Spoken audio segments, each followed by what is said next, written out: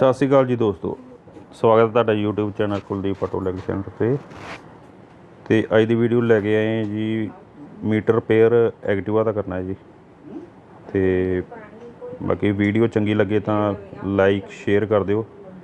ਜਿਨ੍ਹਾਂ ਨੇ ਅਜੇ ਤੱਕ ਸਬਸਕ੍ਰਾਈਬ ਨਹੀਂ ਕੀਤਾ ਉਹ ਸਬਸਕ੍ਰਾਈਬ ਕਰ ਦੇਣ। ਧੰਨਵਾਦ ਜੀ।